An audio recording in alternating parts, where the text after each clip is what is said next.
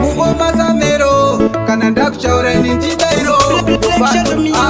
otewa pangoma hatidi kuwanziwa 1 2 tichikwira palada kwatabva kure tichifamba kunge dhadha vechimero ndavaona kabva kulauda vandinzwa kakinze ndakusaka ndati zviriko kunyenga bebi pamwe chirambo zviriko kuita mari vamwe achijambo zviriko handisipa kusasa nyombo boys vamwe vakutiniwo vanzorambo voice zviriko kunyenga bebi pamwe chirambo zviriko kuita mari vamwe achijambo zviriko handisipa kusasa nyombo boys vamwe vakutiniwo vanzorambo mataka matangira kurutsu kudhara sati takuziva kupfeka bhutsu ipapo chisaga change sati chabhadhara panguva yacho imi taiimbira mahara zvemangoma zvakambodotikurira bati takaramba isu takashingirira munoziva wani kwatakatangira ende munoziva futi kwatichaperera saka ndati zviriko kunyenga bebi pamwe chirambo zviriko kuita mari vamwe achijambo zviriko handisipa kusasa nyombo boys vamwe vakutiniwo vanzorambo voice zviriko kunyenga bebi pamwe chirambo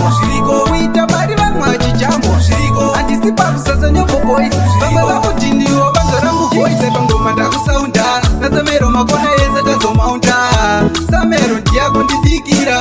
tantina ngomo ndipushira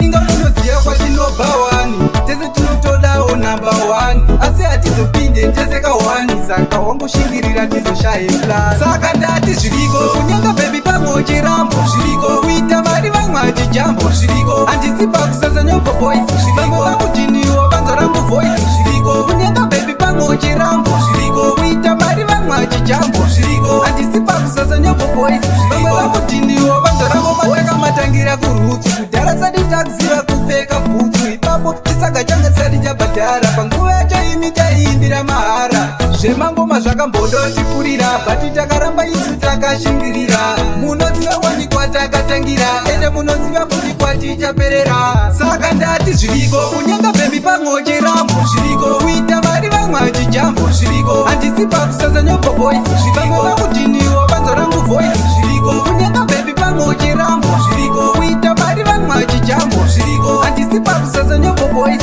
vamwe vakutiniwo vanzorambo voice pangoma ndakusaunda nasamero makona ese tazomaunda samero ndiyakundidikira tantina ngomo ndipushira